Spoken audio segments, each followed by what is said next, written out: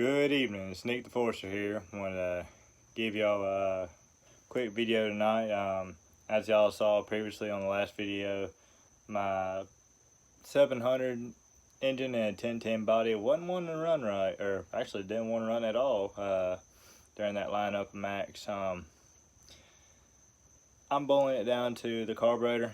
Carburetor on this pulled off a Pro 55 that was junk. Rebuilt it, but as I'll show you in a little while, I think it had more problems than I thought there were. But let's get down to it. I hope y'all enjoyed that video. Some of them running. I'm gonna work on some of those that were a little hard to start, and the other ones that were not wanting to really run at all, which kind of shocked me. They were just running a couple of days ago, but things happen, you know. But anyway, on to today's video. Here's my not 1010, it's A700 engine and 1010 body. So why I think it's a carburetor. Pull this apart. I don't know how well you'll be able to see that. Let's see if I can get y'all in here a little bit better. Wait a second. Alright, can y'all see that throttle shaft? Can y'all see the play at throttle shaft? I believe, I do believe that it has an air leak at that throttle shaft.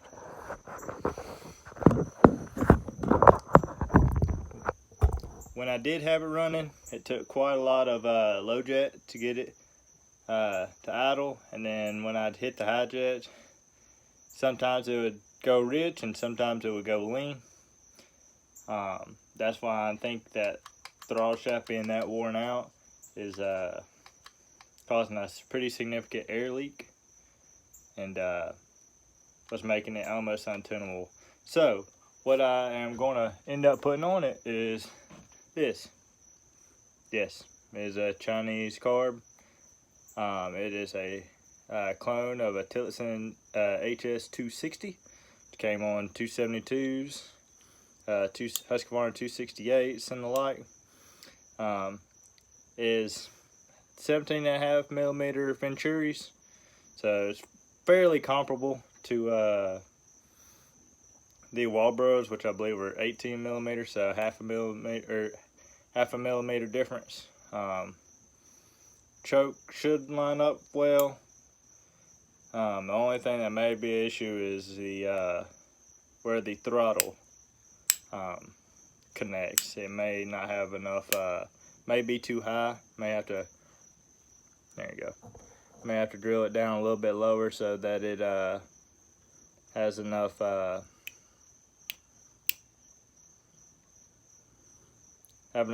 pull to be able to pull it downward, the throttle downward.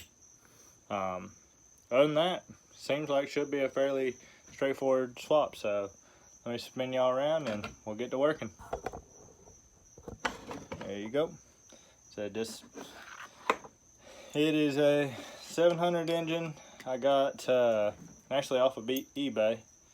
They said it was low compression. All it ended up being was the decomp. I took it apart, I thought I had set of rings for it. I did not. They were thick rings. This one is a thin ring piston.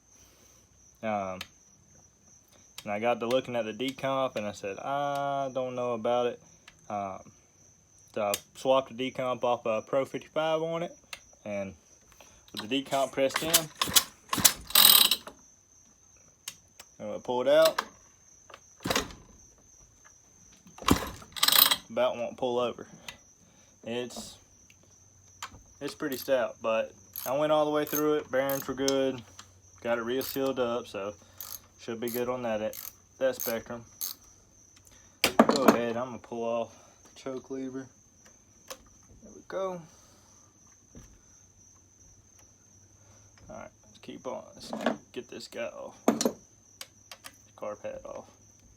And I did learn an interesting thing from a different channel. I'd never thought about it, but it might make a little sense. these carb hats Max put on the later 1010s and 700s and whatnot, they were actually just a anti-spit spitback device, essentially. Any kind of carved spitback. Well, they were proposing if you drilled holes in the top will actually help with tunability and airflow.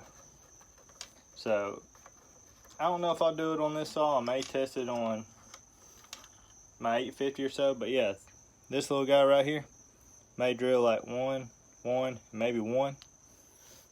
A couple small holes in it, and they said it helps tremendously with tunability. Alright, I'll be able to pull off the skull once you get it off. Pull it up a little bit so I can get this choke rod out of here. Go. Fuel line should just slide right off. There we go. And what's it called?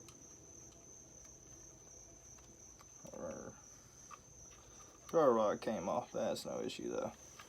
Let me get that set back up.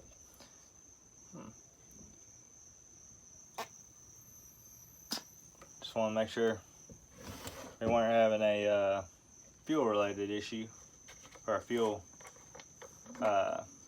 blockage.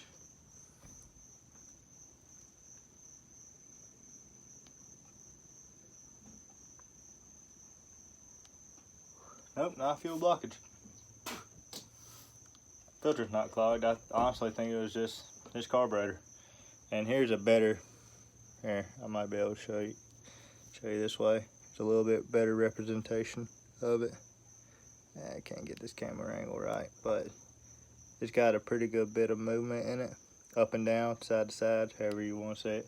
This was a later Mcculloch carb. As you can see, it's a stamped top, or aluminum top. These I found these carbs are typically lower quality, typically have this problem that I'm talking about. Alright, on to the meat and potatoes of it. Let's try to put this guy on. I'm going to go ahead and set the idle and the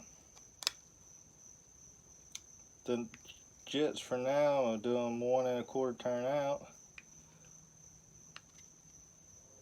Just crack it, just open a titch.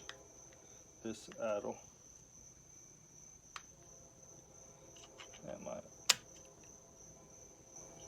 That should be enough. And then on the jets, sorry, 1 1/4.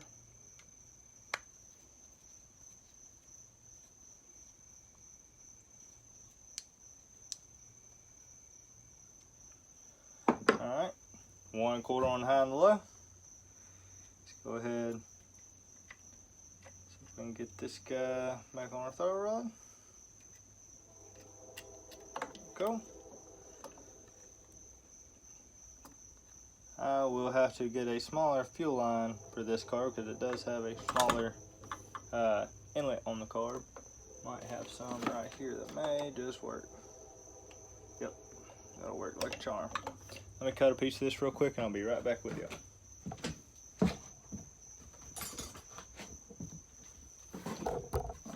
All I do for this 1010 or 1010 700, whatever you want to call it, has the same mod I do to all my Maxes. As far as the fuel line, I convert all mine over to Tygon with this double-ended barb, through tank barb. Seems, like I said, seems to work pretty well with me. I've never had an issue out of it. I have to open this up just a touch. 1 second, folks.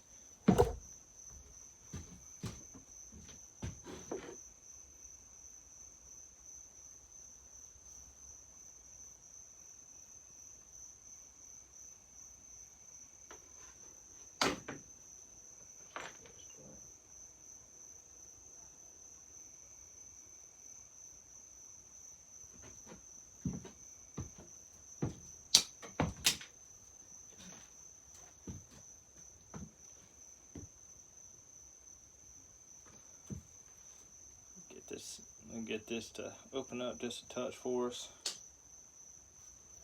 So I can get it over that barb fitting. Sometimes they can be pretty difficult. There we go.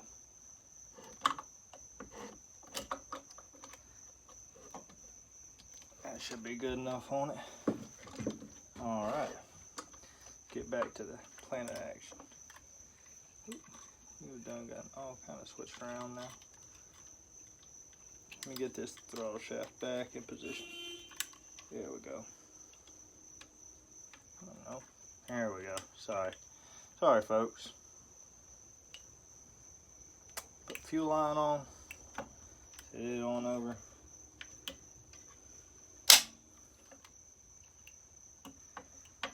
There we go. Let's get our choke set up.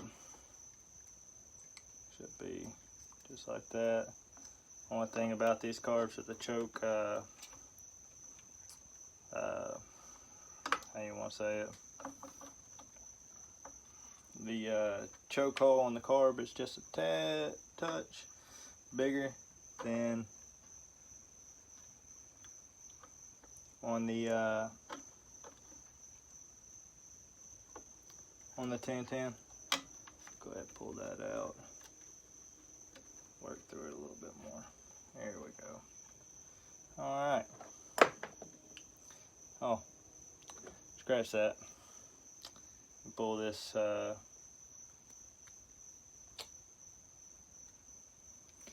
One second, and I'll be right back with y'all. I gotta grab a carb gasket. Hey guys, back at it. Ended up having to do a lot off camera, but I'll show you in retrospect what we did. So here we go. What we ended up having to do, lighting is bad. Lighting is very bad.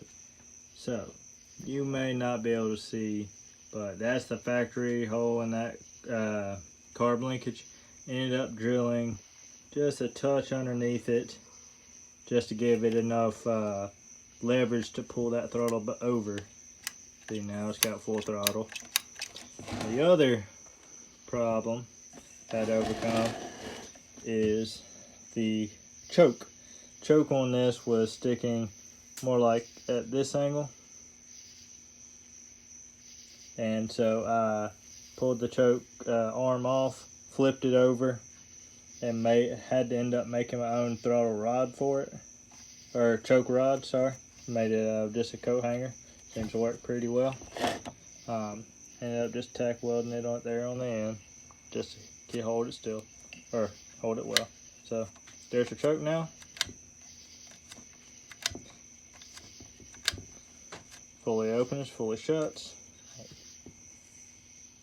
Yeah, it may have just a titch more. Actually, I think that's actually in the throttle arm, or choke arm, sorry about that. Yeah, that's all she's got. So, yep, that's it.